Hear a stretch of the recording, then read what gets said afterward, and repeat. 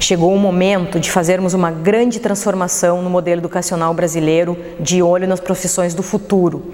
É o que alerta a personagem deste episódio da série Mentes Transformadoras, Mônica Tim, CEO da plataforma de leitura Elefante Letrado. A educação, ela sempre deu sustentação para todos os movimentos da sociedade, né? Quando a gente precisou de mais indústria, precisou equipar essas pessoas desse conhecimento mais processual, né? De maior rapidez, e se conseguiu, se teve êxito, e muita gente conseguiu em função disso. Só que, olhando para todo o tempo que o mundo já circulou em termos de transformações, talvez a gente esteja num momento em que a educação possa fazer o maior barulho de todos. Ou, se não houver barulho na educação, estaremos todos muito mal. Nós estamos agora em fase de concorrer com robôs, com inteligência artificial, com automação em larguíssima escala, perdendo empregos, perdendo postos de trabalho e outros tantos surgindo que a gente nem sequer sabe quais vão ser, né? E o que a gente vai precisar para habilitar esses seres humanos a viver com essa velocidade da transformação? Educação, educação, educação. E não adianta dizer educação pela cidadania quando a gente não consegue ter compromisso com a aprendizagem, né? Ser cidadão é ser leitor. Se eu não consigo fazer com que o meu aluno se transforme num leitor, dificilmente ele vai ser um transformador da sociedade. E parece que a gente está precisando resgatar alguns valores, né, para conseguir realmente avançar.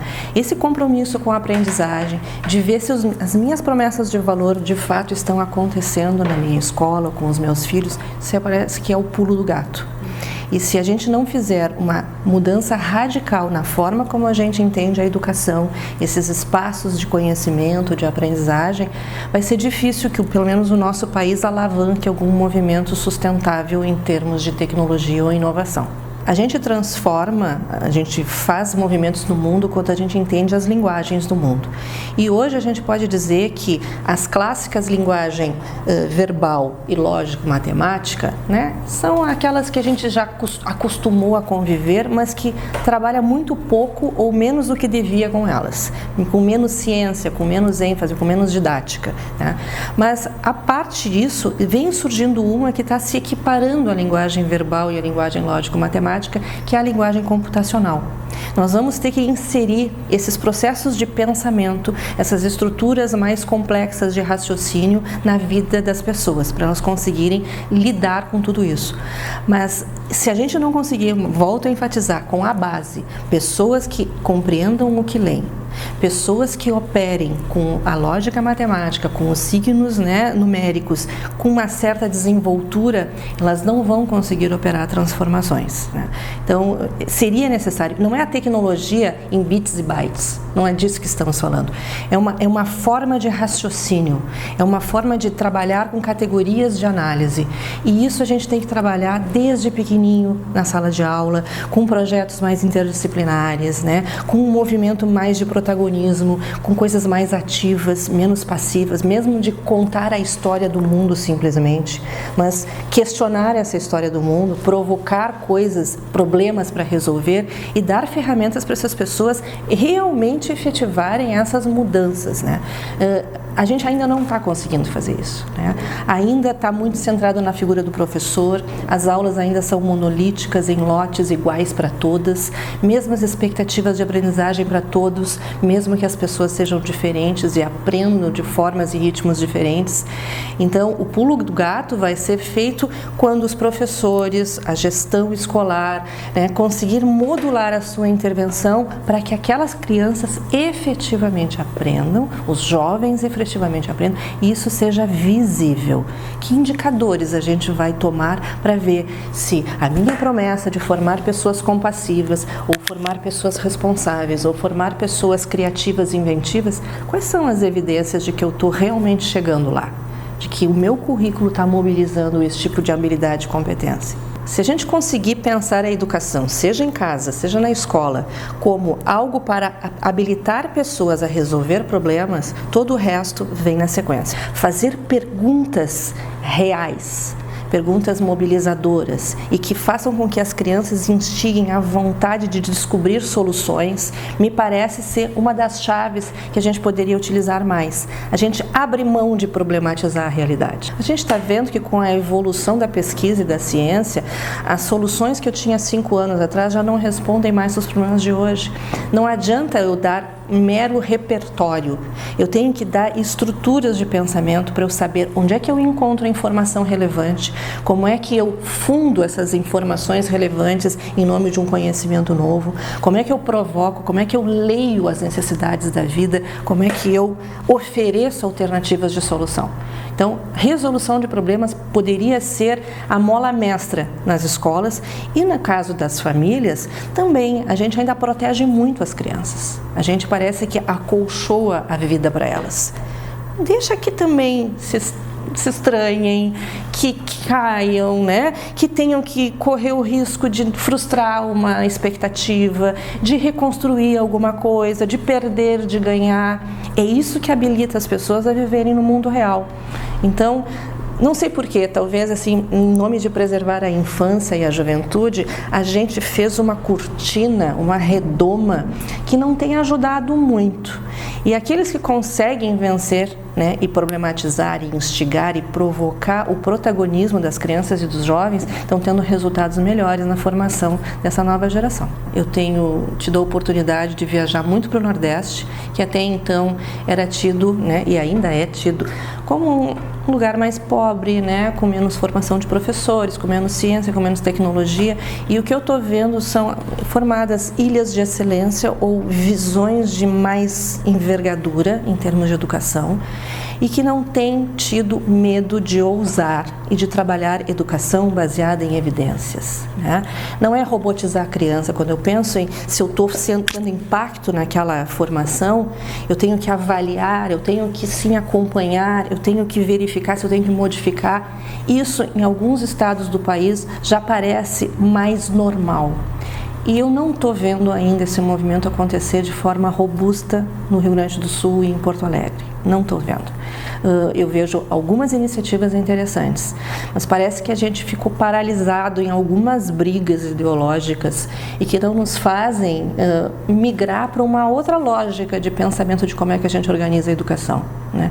Quem conseguiu fazer isso, quem está conseguindo fazer isso, já está percebendo mudanças muito significativas, né? Os jovens com mais vontade de estar na escola, jovens com melhores resultados em avaliações, seja internas ou externas, né? E mais engajados em empreendedorismo, que é o motor da sociedade, né? Principalmente no século XXI. Então, eu vejo que ainda temos muito a lutar em relação à formação dos professores, né, de ter mais orientação didática, né, não desprezando as questões teóricas, muito antes pelo contrário, mas o professor é um especialista em educação, especialista em organizar estratégias didáticas. A gente precisa apostar muito nesse professor, nesse protagonista, não para ele fazer o show acontecer sozinho, mas para mobilizar essas crianças a poder usar o seu potencial máximo. Uma nação tem que se pensar estrategicamente. Às vezes a gente tem optado pelos caminhos mais fáceis, certo? Hoje no Brasil o conhecimento matemático ainda é de poucos, né? Nós não temos uma boa tradição em ciências da natureza. E aí o beletrismo que impera nas nossas salas de aula no nosso país vão fazendo com que as pessoas queiram mais fazer artes, letras como eu, né? Teatro, música, ciências sociais, direito, ou seja, as ciências da humanidade. Não é que elas sejam mais simples, muito antes pelo contrário. Mas o fato é que é mais complicado para o aluno brasileiro passar em vestibulares ou em Enems cujo peso seja maior nessas áreas, né? Ou que as suas opções recaiam em pesos maiores nessas áreas. É uma pena, porque o século XXI é o século da ciência, da biotecnologia, da codificação, né, das tecnologias da informação. E tudo isso exige um pensamento lógico, matemático, uma racionalidade, sim, uma base às vezes mais cartesiana, né, mas para fazer mais criação, mais disrupção, não para ficar na caixa, mas eu tenho que me apoiar nessas linguagens, nesse jeito de raciocínio, e que muitas vezes a ciência humana que tem uma outra forma de organizar o pensamento, os seus métodos, muitas vezes faz uma disjunção. A gente tem que saber para que está estudando, o que vai fazer de impacto na sociedade, né? Enfim, isso aí é muito importante. Mas o conhecimento técnico específico destas linguagens, destas ciências, ele faz com que o mundo vá para frente, sim. A gente precisa de mais pessoas vinculadas à ciência e à tecnologia para o nosso país poder competir minimamente, né, nesse espaço global. Competir, não digo, até colaborar. Porque se não for assim, seremos irrelevantes no cenário mundial.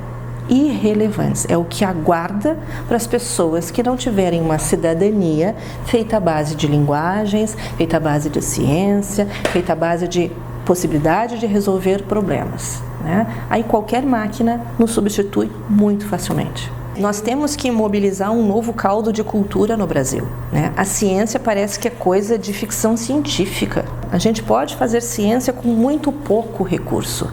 Não há necessidade de bits e bytes necessariamente para eu fazer ciência. Eu posso fazer ciência com objetos concretos, com a criança, fazendo observações da natureza, classificando seres. Eu posso fazer isso. Só que eu tenho que realmente dar sequência. Eu não posso parar onde a gente para no currículo brasileiro. A gente vai até a célula, né? Mas a gente não vai adiante. A gente não se pergunta, por exemplo, sobre a constituição do mundo digital, que é realidade. A gente tem que entender que o mundo digital, ele é real. Ele está nas nossas vidas.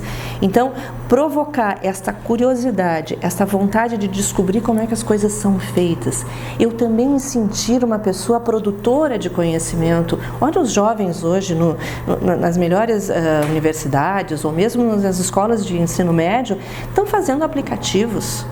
Estão pensando soluções para a mobilidade urbana, estão pensando soluções até para despoluir as águas de oceanos. A necessidade de políticas públicas, de incentivar mais pessoas que comprem o exercício da docência nas áreas da ciência, na área da matemática. Nós temos uma grande carência no Brasil.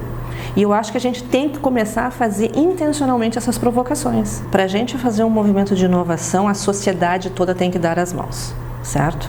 Então, nós temos que gerar um ecossistema de inovação. Um ecossistema que pense como é que a gente valoriza as boas ideias, como é que a gente organiza uma proteção para que as pessoas, quando errarem, não desistam, né? Elas insistam, porque a gente só erra quando faz, e a gente tem que aprender com os erros. Como é que a gente desburocratiza as leis de abertura de novas empresas? Como é que a gente valoriza a autoria? Como é que a gente valoriza esse protagonismo como sociedade, né? Bom, no momento que tu fazes esse ecossistema de valorização das boas ideias, de formação de boas cabeças, de acompanhamento desses movimentos disruptivos, tu começa também a trazer esse modelo mental para as residências e para as escolas. Então, o que me angustia, assim, está na hora de a gente ter uma visão, seja de cidade, seja de estado, seja de país. Nós estamos carentes dessa visão. Não faltam pessoas que queiram colaborar. E eu acredito firmemente, eu sou uma entusiasta, uma otimista, que quando pessoas do bem se encontram em nome de um propósito valoroso, elas abrem mão das suas diferenças, sim. Elas abrem mão até de algumas vantagens que elas poderiam ter em nome de um bem comum. Acho que sim. Então, isso me angustia, mas eu estou com a expectativa de que a gente vai conseguir. Tem um grupo forte que está querendo fazer mudança, né? Agora a gente tem que também parar com os nossos ranços, aprender a desaprender. Eu sempre fiz assim, eu sempre pensei assim. Pessoal, a internet chegou, celular já está em smartphone, né? Não tem mais telégrafo praticamente. A vida muda, vamos nos ressignificar. Especialmente num período em que a gente não vai morrer mais com 40 anos, como um tempo atrás, nem com 60, nem com 70. Os jovens atualmente possivelmente passem dos 100 anos. Tem muita vida útil. Útil mesmo se a gente conseguir dar as mãos e ter uma visão coletiva. Essas foram as ideias de Mônica Tim. Acompanhem os episódios da série Mentes Transformadoras em todos os canais do Jornal do Comércio. Até o próximo episódio.